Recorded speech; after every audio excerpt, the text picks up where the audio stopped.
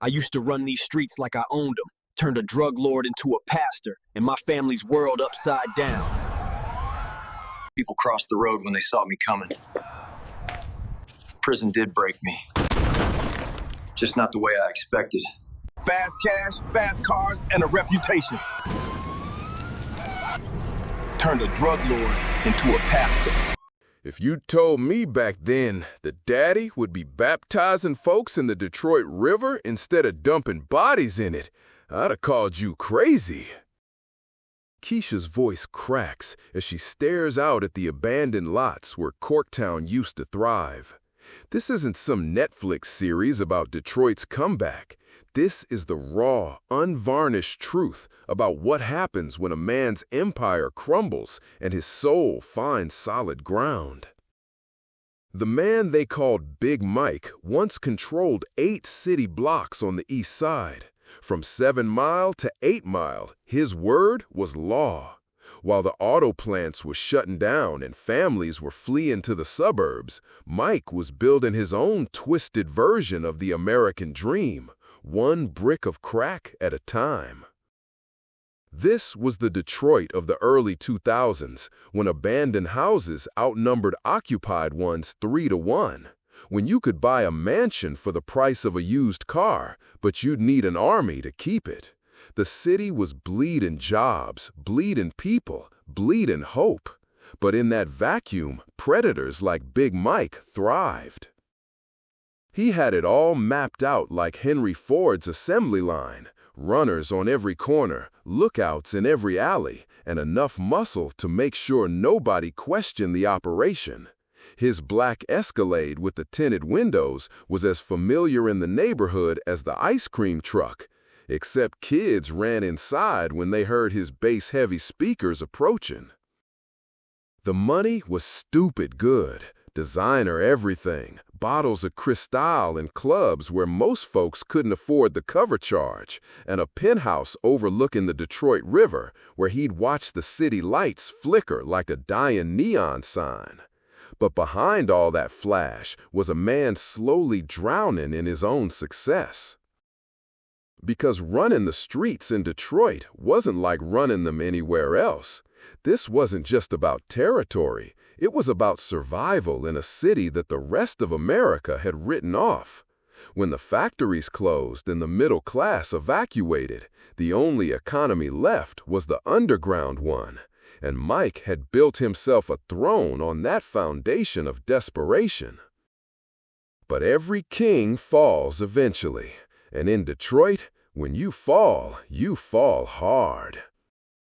The feds had been watching, waiting, building their case brick by brick, just like Mike had built his empire.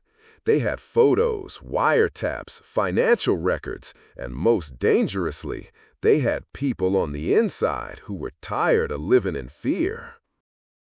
It started with a routine traffic stop on I-75, just south of downtown.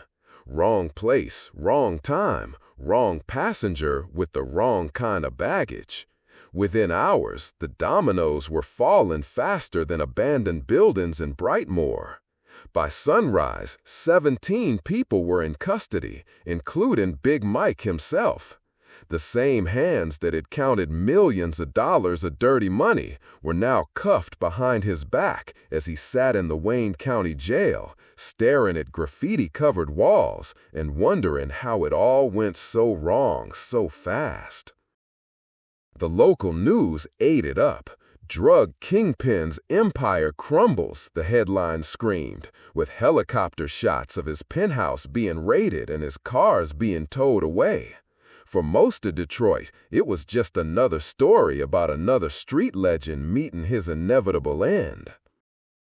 But for Keisha, watching her father's perp walk on Channel 7 News, it was the moment her entire world shifted off its axis. She was 17, a senior at Cass Tech, with college dreams that suddenly seemed as distant as the Canadian border you could see from their old apartment window. That's when I knew, she recalls now, standing in the very spot where her father's drug house used to be, now a community garden where kids learn to grow vegetables instead of learning to run packages. That's when I knew our family was about to find out what rock bottom really looked like. The man who had once believed he was untouchable was about to discover that the only thing harder than building an empire in Detroit was finding redemption in a place where second chances were rarer than steady jobs. But sometimes the Motor City's greatest comebacks start in the most unlikely places. Jackson State Penitentiary sits about 70 miles west of Detroit, but it might as well be on another planet.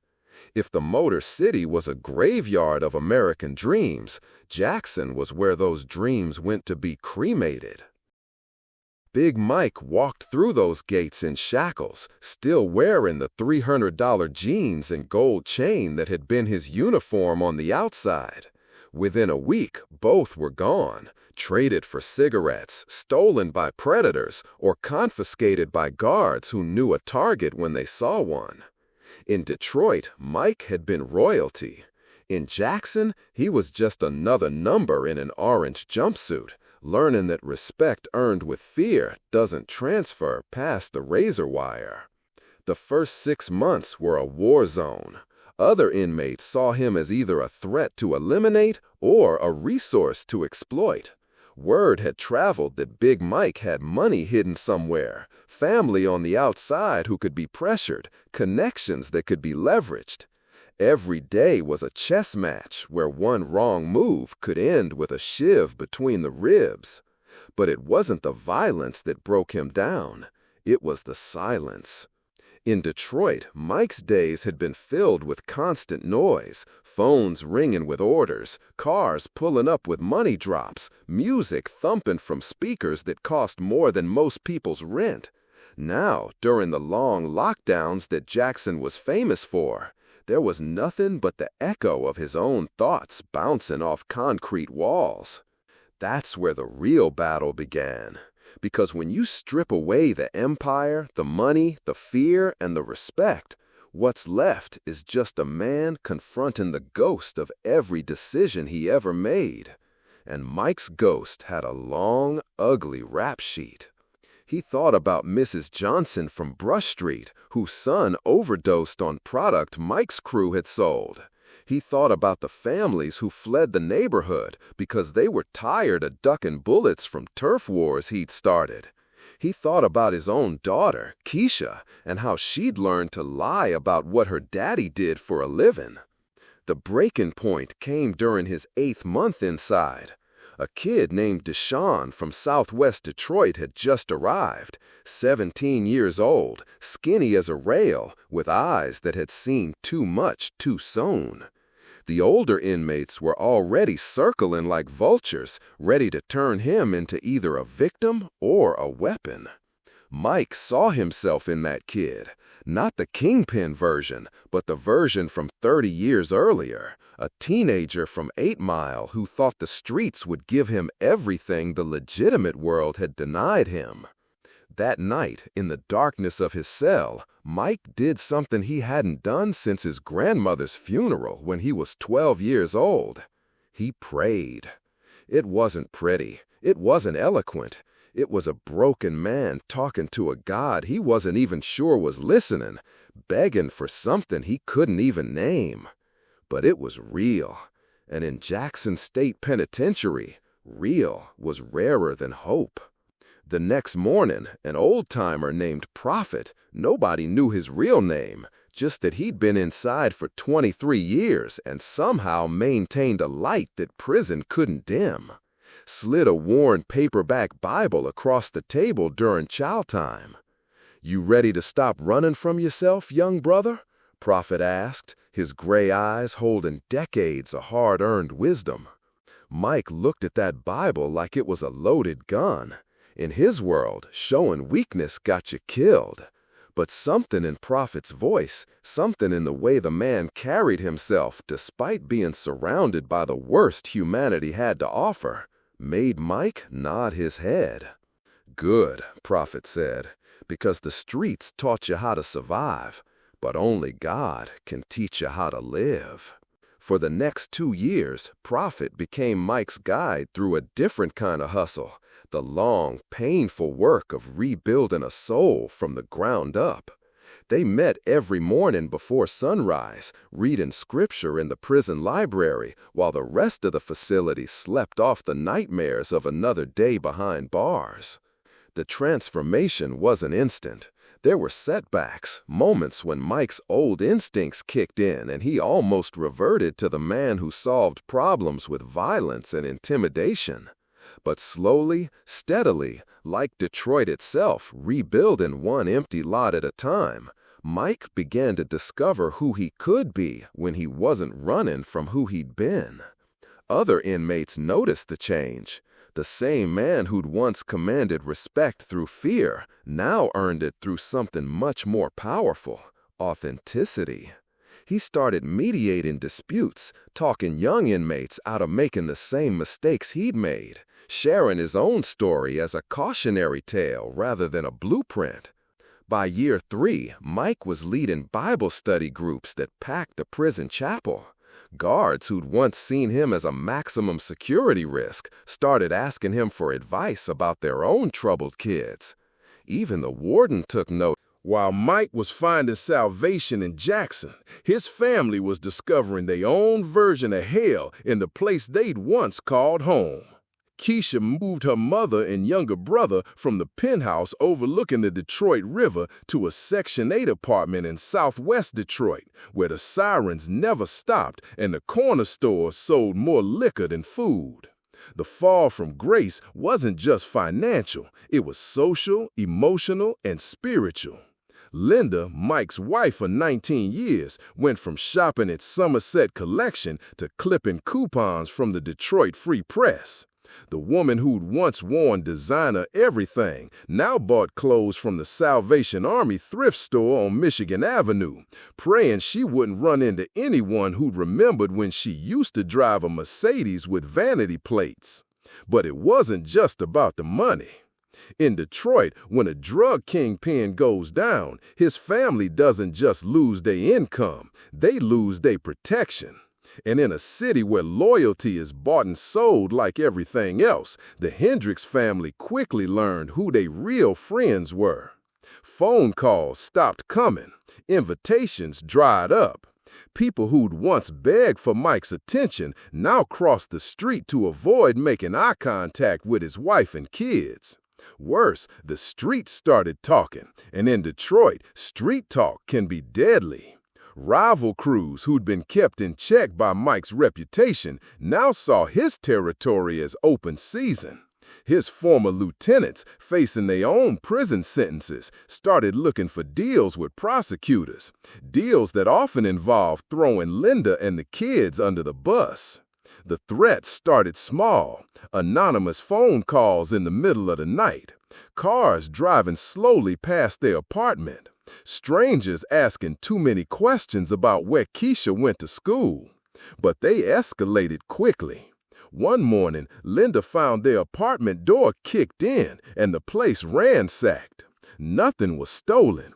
It was a message. They knew where the family lived, and they could get to them anytime they wanted. That's when Keisha made a decision that probably saved their lives. She moved the family again, this time to her grandmother's old house in Corktown, the same neighborhood where Mike had grown up before he built his empire on 8 Mile. Corktown in those days was a ghost town. Half the houses were abandoned, the other half were hanging on by threads. But it was also invisible, the kind of place where a fallen kingpin's family could disappear into the urban decay. Linda took a job cleaning offices downtown for $8 an hour. Keisha deferred her college acceptance to work nights at a call center, helping her mom keep the lights on and her younger brother Marcus in school. They shopped with food stamps, rode the bus everywhere, and learned to make meals out of whatever the food bank was giving away that week. The hardest part wasn't the poverty, it was the shame. Keisha remembers walking into Cass Tech High School, where she'd once been popular, and feeling like everyone was staring. The whispers followed her down hallways. "That's Big Mike's daughter. I heard her family's on welfare now. My mom said they're probably in witness protection." Some of it was true. Some of it was exaggerated. All of it hurt. Marcus, who was only 14 when his father got arrested, took it the hardest. He went from being proud of his dad's reputation to being ashamed to share the family name. His grades dropped. He started hanging with kids who reminded Keisha too much of the young dealers who'd worked for their father. Linda tried to hold it together, but the stress was eating her alive. She lost 30 pounds in 6 months, developed anxiety that kept her awake most nights, and started talking to herself when she thought nobody was listening. Long conversations with God about why good people suffer and bad people prosper. That's when the letters started coming from Jackson. At first, nobody wanted to read them. Mike had made promises before. Promises to get out of the game. Promises to put family first. Promises to change that had been broken so many times they'd lost count. But these letters were different. Instead of excuses, they contained apologies. Instead of promises about the future, they acknowledged the pain he'd caused in the past. Instead of trying to maintain his image as the powerful kingpin, they revealed a broken man who was finally taking responsibility for the lives he'd destroyed, starting with his own family. "I know sorry ain't enough," one letter read in Mike's familiar handwriting. "I know I can't undo the pain I caused y'all. But I need you to know that every day in here, I pray for forgiveness, not just from God, but from the people I love most. Y'all deserved better than what I gave you, and if I get another chance, I swear on everything I love that things will be different." Linda read that letter 3 times before showing it to the kids. They'd heard variations of those words before, but something in the tone, something in the vulnerability, made them sound different this time. The letters kept coming, once a week, then twice a week, then almost daily. Mike wrote about the Bible studies he was leading, the young inmates he was mentoring, the deep work he was doing to understand how he'd lost his way. He shared scripture verses that spoke to him, asked about Keisha's college plans, offered advice to Marcus about staying out of trouble. Most importantly, he stopped making it about himself. For 3 years, through evictions and disconnection notices, through Marcus's arrest for shoplifting and Keisha's struggle to balance work and community college, through Linda's breakdown and recovery, those letters were a lifeline to something the family had almost forgotten how to believe in: hope. Because even in Southwest Detroit, where hope was as rare as decent-paying jobs, sometimes redemption starts with a man in a prison cell finally learning how to tell the truth. September 15th, 2014. After 6.5 years behind bars, Mike walked out of Jackson State Penitentiary, carrying everything he owned in a paper bag and wearing the same clothes he'd been arrested in, now 3 sizes too big after years of prison food and religious fasting. Linda and Keisha picked him up in a borrowed Honda Civic with a busted muffler and windows that didn't roll down. No cameras, no reporters, no crowds. Just a middle-aged man hugging his family in a parking lot, while COs watched from the guard towers, probably betting on how long he'd stay out. The ride back to Detroit was quiet. Mike stared out the window at the Michigan landscape rolling past. Farmland giving way to suburbs. Suburbs giving way to the urban decay he remembered from his Empire days. But seeing it through the eyes of a free man was different than seeing it through the eyes of a predator. They drove down 8 Mile, past the corners where Mike used to collect tribute, past the houses where he'd stash money and drugs, past the intersections where he'd made decisions that sent him to prison and destroyed families throughout the city. Everything looked smaller, shabbier, more desperate than he remembered. "It's changed a lot," Linda said, breaking the silence as they passed a row of abandoned buildings that were being torn down to make room for urban farms. "No," Mike replied, his voice hoarse from emotion. "I changed. This is what it always looked like. I just couldn't see it before." They pulled up to the small house in Corktown that Linda had managed to buy with money she'd saved from her cleaning jobs and Keisha's call center work. It wasn't much. 2 bedrooms, 1 bathroom, a kitchen barely big enough for 3 people to stand in. But it was theirs, and it was clean, and it was honest. That first night, lying on a mattress on the floor because they couldn't afford a bed yet, Mike listened to the sounds of the city he'd once terrorized. Sirens in the distance, music thumping from cars at red lights, the occasional gunshot echoing off empty buildings. He'd fallen asleep to those sounds for 20 years, but they never made him sad before. Now, they broke his heart. Finding work wasn't easy. Who wants to hire a 47-year-old ex-felon whose only job experience involves activities that are highly illegal? Mike applied everywhere: McDonald's, gas stations, construction crews, moving companies. Most places wouldn't even let him fill out an application once they heard about his record.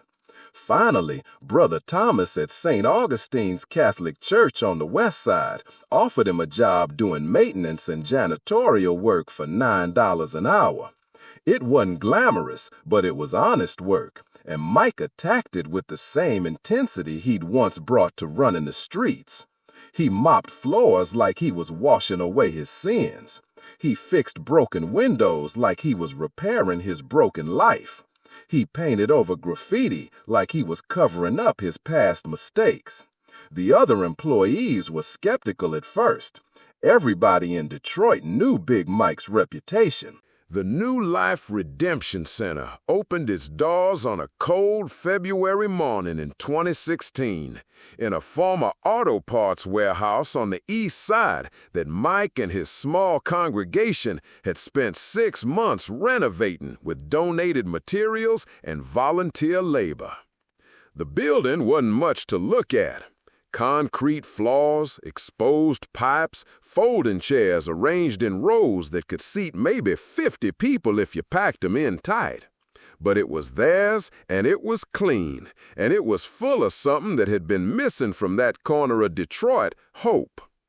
Mike's first sermon drew 12 people: his family, Brother Thomas from St. Augustine's, a few folks from the neighborhood who came out of curiosity, and several men Mike had met during his street counseling work. He stood behind a makeshift pulpit made from a music stand and a piece of plywood, wearing a suit from Goodwill that was still too big for his frame, and delivered a message that would become his signature. "I ain't gonna stand up here and pretend I'm perfect," he began, his voice carrying the authority of lived experience. "I ain't gonna quote scripture and act like I always knew the right path. Y'all know where I came from. You know what I did to this community, to these streets, to families throughout this city. But I'm here today to tell you that if God can reach somebody like me, somebody who was lost in the game, somebody who caused pain and spread poison, then ain't nobody too far gone for redemption." Word spread quickly through the neighborhoods Mike had once controlled. The same network that had once carried information about drug transactions now buzzed with news about Big Mike's transformation. Some people came to see if it was real. Others came hoping to find the same peace that seemed to radiate from the man who'd once been their biggest nightmare. Within 6 months, those folding chairs were packed every Sunday morning. Former addicts sat next to recovering dealers. Ex-prostitutes shared pews with women who'd lost sons to street violence. Young fathers who were trying to stay out of prison brought their children to hear a message of second chances from a man who embodied that message. The church grew not through slick marketing or celebrity endorsements, but through the most powerful force in the hood, street credibility. When Big Mike preached about the emptiness of street success, people listened because he'd had more success than any of them. When he talked about the pain of destroying families, people listened because they'd seen the wreckage he'd left behind. When he promised that change was possible, people listened because the change was standing right in front of them. Keisha, now a social worker with a degree from Wayne State, became the church's youth pastor. She led programs for teenagers who were facing the same choices she'd grown up around. The choice between easy money and hard work, between instant respect and earned respect, between the streets and the straight path.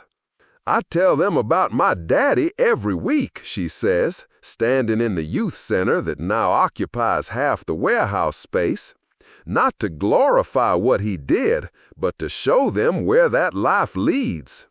I tell them about moving from a penthouse to the projects, about eating government cheese and wearing secondhand clothes, about being afraid to walk to school because of the enemies he'd made. But I also tell them about redemption, about how the same man who destroyed so many lives found a way to save them. Word spread quickly through the neighborhoods Mike had once controlled. The same network that had once carried information about drug transactions now buzzed with news about Big Mike's transformation. Some people came to see if it was real. Others came hoping to find the same peace that seemed to radiate from the man who'd once been their biggest nightmare. Within 6 months, those folding chairs were packed every Sunday morning. Former addicts sat next to recovering dealers. Ex-prostitutes shared pews with women who'd lost sons to street violence. Young fathers who were trying to stay out of prison brought their children to hear a message of second chances from a man who embodied that message. The church grew not through slick marketing or celebrity endorsements, but through the most powerful force in the hood, street credibility. When Big Mike preached about the emptiness of street success, people listened because he'd had more success than any of them. When he talked about the pain of destroying families, people listened because they'd seen the wreckage he'd left behind. When he promised that change was possible, people listened because the change was standing right in front of them. Keisha, now a social worker with a degree from Wayne State, became the church's youth pastor. She led programs for teenagers who were facing the same choices she'd grown up around. The choice between easy money and hard work, between instant respect and earned respect, between the streets and the straight path. I tell them about my daddy every week, she says, standing in the youth center that now occupies half the warehouse space, not to glorify what he did, but to show them where that life leads. I tell them about moving from a penthouse to the projects, about eating government cheese and wearing secondhand clothes, about being afraid to walk to school because of the enemies he'd made. But I also tell them about redemption, about how the same man who destroyed so many lives found a way to save them. Linda runs the church's food pantry and community outreach program, feeding families who remind her of her own family during those dark years after Mike's arrest. She coordinates with local social services, helps people navigate the bureaucracy of getting clean, getting jobs, getting their lives back on track. It's funny, she reflects, stocking shelves with donated groceries. When Mike was in the game, we had everything we wanted, but nothing we needed. Now we don't have much, but we have everything that matters: peace, purpose, and a community that's built on love instead of fear. Marcus, who struggled the most with his father's imprisonment and transformation, eventually became the church's music director. He leads a praise team that mixes traditional gospel with the hip-hop and R&B that speaks to young people from the streets. The church's impact extends far beyond Sunday morning services. They run job training programs for ex-felons, addiction counseling groups, financial literacy classes, and mentoring programs that pair successful community members with young people who are at risk of following the wrong path. But perhaps most importantly, they've created a space where people can tell the truth about their lives without judgment, where the worst mistakes don't disqualify you from grace, where the community that was once torn apart by drugs and violence is slowly being rebuilt on a foundation of forgiveness and second chances. Every Sunday, Mike looks out at the congregation that now fills every chair and spills out into the hallway, and he sees faces that represent every aspect of Detroit's struggle and resilience. Former enemies sit side by side, united by their shared recognition that they've all fallen short, and they're all in need of grace. The man who once measured success in terms of territory controlled and money accumulated now measures it in lives transformed, families reunited, and young people who choose hope over hustle.